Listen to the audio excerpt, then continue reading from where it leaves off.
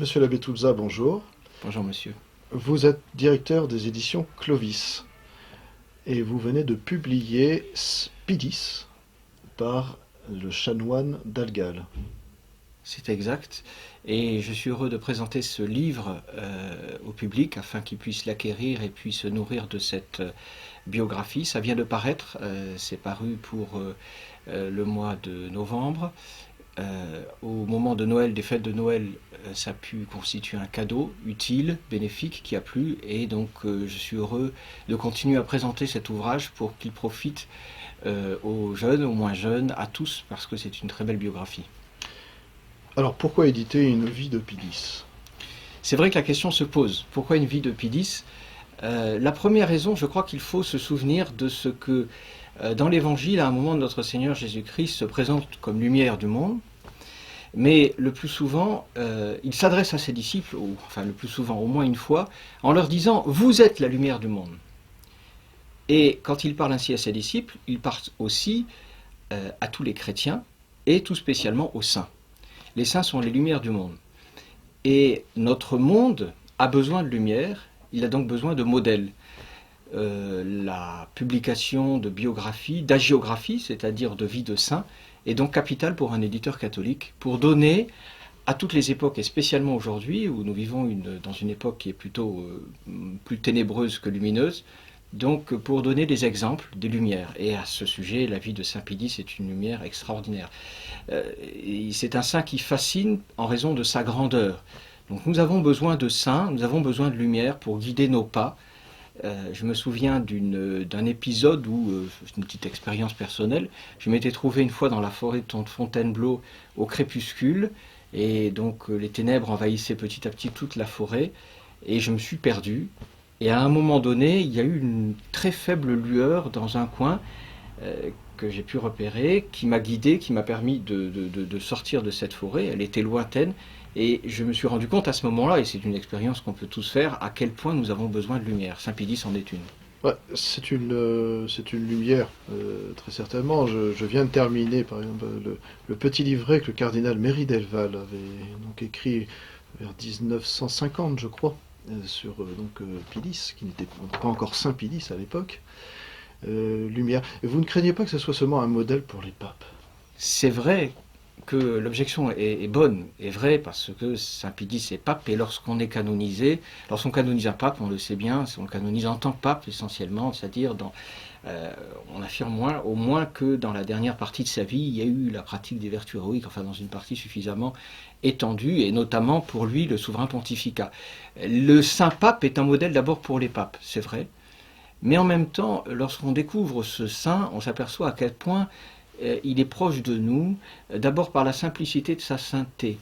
Souvenons-nous que Notre-Dame a dit à Sœur Lucie, bien après les apparitions de Fatima, quand elle était religieuse, elle a dit « La pénitence que Dieu veut maintenant pour notre temps », ce qui ne veut pas dire qu'il n'y en ait pas d'autres, mais la pénitence principale que le bon Dieu désire pour notre temps, c'est l'accomplissement du devoir d'État et la fidélité à la volonté de Dieu.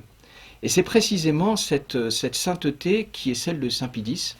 Et cette sainteté nous concerne tous, car l'accomplissement du devoir d'État et la volonté de Dieu, elle est pour tout le monde. C'est donc un saint qui s'adresse à tous, un modèle qui concerne tous. Donc je crois que ça n'est pas quelque chose de détaché des désirs, des besoins des fidèles. Au demeurant, une mère de famille nombreuse à laquelle j'ai fait lire le livre pour le corriger, ça m'est d'ailleurs peut-être l'occasion de la remercier si elle voit cette petite intervention que nous faisons pour présenter le livre. Donc une mère de famille m'a dit à quel point, suite à la lecture et à la correction de ce livre, à quel point elle a été conquise par cette figure. Elle m'a dit mais quelle figure extraordinaire, une mère de famille, donc ça n'est pas un pape évidemment. Alors, justement, qu'est-ce qui, dans l'accomplissement héroïque de son devoir de pape, est transposable à nous aujourd'hui? Alors, il est certain que, je parlais tout à l'heure, il m'a semblé devoir parler de l'importance de la lumière du monde. S'il y a bien une époque qui a besoin de lumière aujourd'hui, c'est l'époque dans laquelle nous vivons. Il ne s'agit pas de soulever des polémiques pour le plaisir, mais il y a encore quelque temps, en ce début du mois de janvier, nous avons eu un montage qui a été fait par le Saint-Siège et qui invitait les fidèles de toute l'Église universelle a prié pour le dialogue interreligieux, et qui présentait un petit peu toutes les religions à égalité.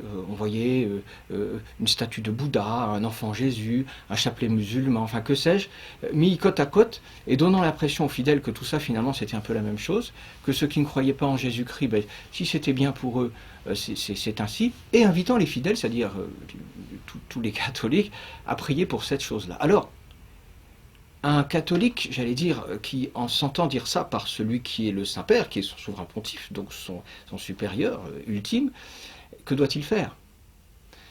Évidemment, avec l'instinct de la foi, il se dit, mais il y a un problème grave, et il se détache. Il est aidé à cela par certaines personnes, certains prêtres, certains évêques, Monseigneur Lefebvre au tout premier plan, qui lui ont montré la voie. Oui, mais ce sont des évêques, ce sont des prêtres. Le pape François est un pape. Rien de tel dans une époque où la crise et les ténèbres nous viennent parfois même des personnes qui devraient nous apporter la lumière, c'est-à-dire de la hiérarchie catholique, rien de tel que d'avoir un pape qui nous éclaire sur comment faire. On vous demande de prier pour que le dialogue religieux avance, pour que, à la limite, les musulmans soient de bons musulmans, je force un peu le trait. Eh bien non. Saint Pédis nous dit non. Et il nous apporte les lumières avec l'autorité pontificale. Alors on dira, donc vous publiez cette biographie parce que c'est pape contre pape? C'est un match entre les papes? Non, bien sûr, mais nous sommes de simples fidèles, nous avons besoin de l'autorité, d'une autorité suffisamment claire, suffisamment forte, qui nous donne la lumière, et nous avons un pape qui nous a parlé. Alors ça n'est pas pape contre pape, c'est tradition face à la nouveauté, et lorsque la nouveauté contredit la tradition, l'un des principes fondamentaux du catholicisme, c'est la supériorité de la tradition sur la nouveauté. Et sous ce rapport, il me semble qu'éditer une vie de Saint Pédis n'était pas un luxe. Y a-t-il une autre raison pour laquelle vous avez édité? Alors je pense que gentiment vous m'aiguillez sur la voie sur laquelle je voudrais aller, c'est que j'appartiens moi-même à une fraternité qui est placée sous son patronage. Et donc c'est un honneur, c'est un devoir, c'est un doux devoir qu'on remplit avec joie que de faire connaître ce géant. Monsieur l'abbé Toulza, qui était Saint Pédis? Saint Pédis est l'un des successeurs de Pierre. Il a régné sur l'Église de Dieu de 1903 à 1914. Donc juste avant la Première Guerre mondiale. Il est mort à l'aurore de cette Première Guerre mondiale. Il est originaire de la région de Trévise, près de Venise, et il a été successivement vicaire, curé, chanoine et directeur dans un séminaire, évêque, archevêque et patriarche et cardinal de Venise, et enfin pape. Il est surtout connu pour, bien sûr, sa sainteté et puis les grands chantiers qu'il a engagés, qu'il a réalisés, qu'il a effectués étant pape. Il y a bien sûr l'accès à la communion des petits-enfants, la lutte contre le modernisme, la réforme du droit canon, la réforme du bréviaire, la promotion de la liturgie. Il y a beaucoup de choses qu'a faites Saint Pédis, et aussi, il faut signaler, la réforme de la vie sacerdotale dans un sens plus doctrinal et d'une plus grande place donnée à la vie intérieure. Une anecdote dans la vie de Saint Pédis vous a marqué? Il y en a beaucoup, évidemment, et c'est ce qui fait le charme de la biographie de Saint Pédis par Dalgal.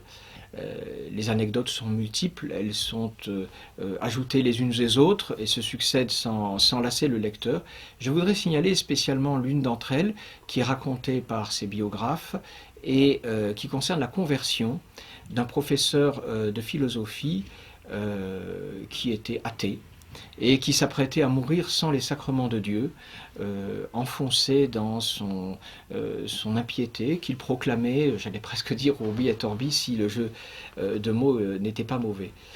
Et Saint Pédis, qui était alors Monseigneur Joseph Sarto, qui était évêque de Mantoue, cet épisode de l'évêché, de l'épiscopat plutôt, de Saint Pédis à Mantoue est une très belle période de sa vie que la découverte de sa biographie fait découvrir. Lorsque donc Saint Pédis, Joseph Sarto, est évêque à Mantoue, quand il apprend que ce vieux professeur qu'il connaissait, ils se connaissaient, ils étaient un petit peu amis en fait, va mourir, il part aussitôt Il arrive le soir chez lui et il va passer un très long temps. On dit que c'est à l'aube qu'il va quitter la chambre de ce professeur, je crois qu'il s'appelait Alcibiade, de son prénom, et il va le laisser mourir avec les sacrements, dans la paix de Dieu, dans la grâce de Dieu. Et c'est très beau de voir cet évêque surchargé de fonctions, et c'est une belle leçon pour nous autres, qui abandonne tout pour s'occuper de cette âme, qui prie pour cette âme, qui offre les sacrifices de sa vie d'ami de Dieu pour cette âme et qui obtient la conversion. C'est un très très bel épisode de la vie de ce grand saint. Alors, il existait d'autres biographies, on pense à celle de René Bazin, qui est éditée par ailleurs, à celle de Fernesol, que vous avez éditée récemment. Pourquoi cette biographie de Dalgal? Alors cette biographie de Dalgal, nous l'avons éditée pour plusieurs raisons. La première, c'est que Dalgal a participé de façon très très étroite au procès qui a abouti à la canonisation, à la béatification plutôt de Saint Pie X. Et donc c'est un homme c'est un religieux qui a fait des études, qui a fait des recherches, et ce sont des pièces qui ont servi. C'est d'ailleurs en faveur de la vie faite par Fernesol, que vous venez de citer, qui ont servi. Donc ce sont des documents de première main. Il y a une place donnée au miracle en particulier qui est capitale. La deuxième raison, c'est que Jérôme Dalgal est un franciscain. Or, la pauvreté est chez Saint Pie X une vertu essentielle. Il a voulu vraiment que ce soit l'âme de son âme. On pourrait citer d'autres vertus. Alors évidemment, un disciple de saint François d'Assise a une sorte d'affinité spirituelle avec cette vertu qui lui donne une affinité spirituelle avec les saints qui ont pratiqué cette vertu. Et donc il était mieux que d'autres placé pour raconter la vie de ce disciple à sa façon, de saint François qui était aussi saint Pie X. Et enfin, du côté du récit lui-même, il n'y a pas à dire, si on compare toutes les biographies qui ont été faites sur saint Pie X, et il y en a beaucoup, il y en a de plus complètes, dont celle de Fernesol, que nous avons publiée également, qui est un Français, et à laquelle la biographie de Dalgal prépare, si on veut aller plus loin, compléter. Donc il y a eu d'autres biographies, mais celle-ci présente un capital de qualité, d'atouts, qui font qu'elle s'impose. Elle n'est pas trop longue, elle est simplement racontée. C'est un religieux qui parle, donc il a le sens des proportions. C'est un homme de Dieu qui parle d'un homme de Dieu, rien de tel pour une biographie. C'est aussi assez simple, facile à lire, plein de piété. C'est une biographie qui est vraiment, je crois, qu'il s'imposait de rééditer. Au demeurant, dans la Fraternité Saint Pie X, ça fait un moment, longtemps, précisément au moins 20 ou 30 ans, que nous désirions que ce livre redevint accessible, puisqu'il était épuisé. On pense aussi à l'illustration, le cahier central très fourni de photos. Oui, je vous remercie beaucoup. C'est avec l'autorisation des ayants droit que nous avons pu faire un cahier de photos, 3 cahiers de photos, chacun de 16 pages. Si mes souvenirs sont bons, ça fait 48 pages de photographies, dont certaines en gros plan, avec une légende qui a été... Enfin, on a essayé de la travailler, et ça fait un apport considérable, parce que on a besoin de voir les lieux, de voir les personnes. Et lorsqu'elle parle, et elle parle dans les textes, lorsqu'on les voit sur l'image, eh bien on a presque l'impression qu'il redevient vivant. Et nous avons bien besoin qu'il redevienne vivant, au moins de cette façon-là aujourd'hui. Je vois que vous avez beaucoup d'ouvrages là à votre gauche avec des effigies de Saint Pie X. Pouvez-vous nous les présenter ? Oui, alors effectivement, nous avons, je viens de le dire, nous avons publié aussi la vie de Saint Pie X par Fernesol. Ça ne fait pas double emploi, parce que ce sont deux vies assez différentes, assez différemment racontées. Et au demeurant, c'est un peu normal que nos éditions, qui sont quand même proches de la Fraternité Saint Pie X, racontent et éditent tout ce qu'il faut et qui convient et qu'on peut faire au sujet de ce saint. Donc nous avons édité la vie par Fernesol, la vie par Dalgal. Nous avons aussi réservé un numéro entier de fidélitaire, plutôt un dossier entier d'un fidélitaire sur Saint Pie X, et c'est une première façon de rentrer en contact avec la physionomie spirituelle de ce souverain pontife. Parlez-nous en 2 mots de la revue fidélitaire. La revue Fidélitaire est un bimestriel qui est édité par les éditions Clovis et qui est un petit peu l'organe officiel écrit papier, en document papier, de la Fraternité Saint-Pédis pour le district de France. Donc c'est une revue qui évidemment relate les derniers événements de la fraternité dans le district, met un petit peu au courant le lecteur de ce qui s'y passe, et puis qui au-delà, et c'est une bonne partie de la revue, s'efforce d'apporter un certain nombre d'informations, bien sûr sur l'actualité religieuse, en France et dans le monde, au Vatican, et puis aussi apporte, ou est censé, et cherche à apporter une vraie formation doctrinale, spirituelle à ses lecteurs.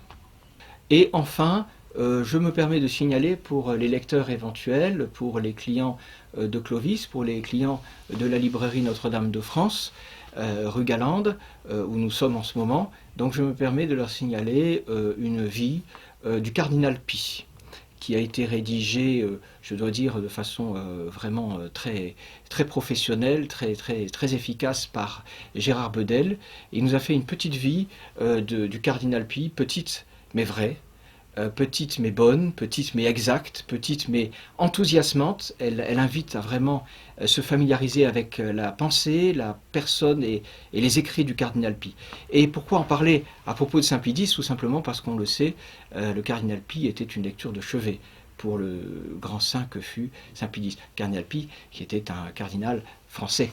Soyons fiers de ce patronage. Évêque de Poitiers. Évêque de Poitiers. Alors, bien évidemment, Fidélitaire est la revue que les éditions Clovis, Fidélitaire, éditent. Oui. Elle est toujours en vente, je crois, sur votre comptoir. Tout à fait.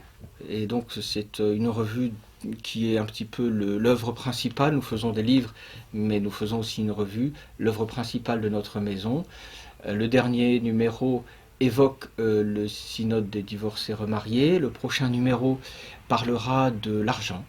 L'argent dans la vie du chrétien, le rapport à l'argent dans un monde qui est un monde d'argent. Donc on peut se procurer ces numéros à la librairie, on peut aussi s'abonner. On peut se procurer d'ailleurs tous les articles que nous préparons aux éditions Clovis à travers notre catalogue internet www.clovis-diffusion.com et puis le catalogue papier qu'on peut se procurer dans votre bonne librairie du reste. Donc, édition Clovis, les prix... La vie de Saint-Pédis édité par Dalgal, Jérôme Dalgal, est au prix de 23 €. Monsieur l'abbé, merci beaucoup. C'est moi qui vous remercie de votre aimabilité. Et peut-être à une prochaine fois pour une autre vidéo. Merci, à bientôt.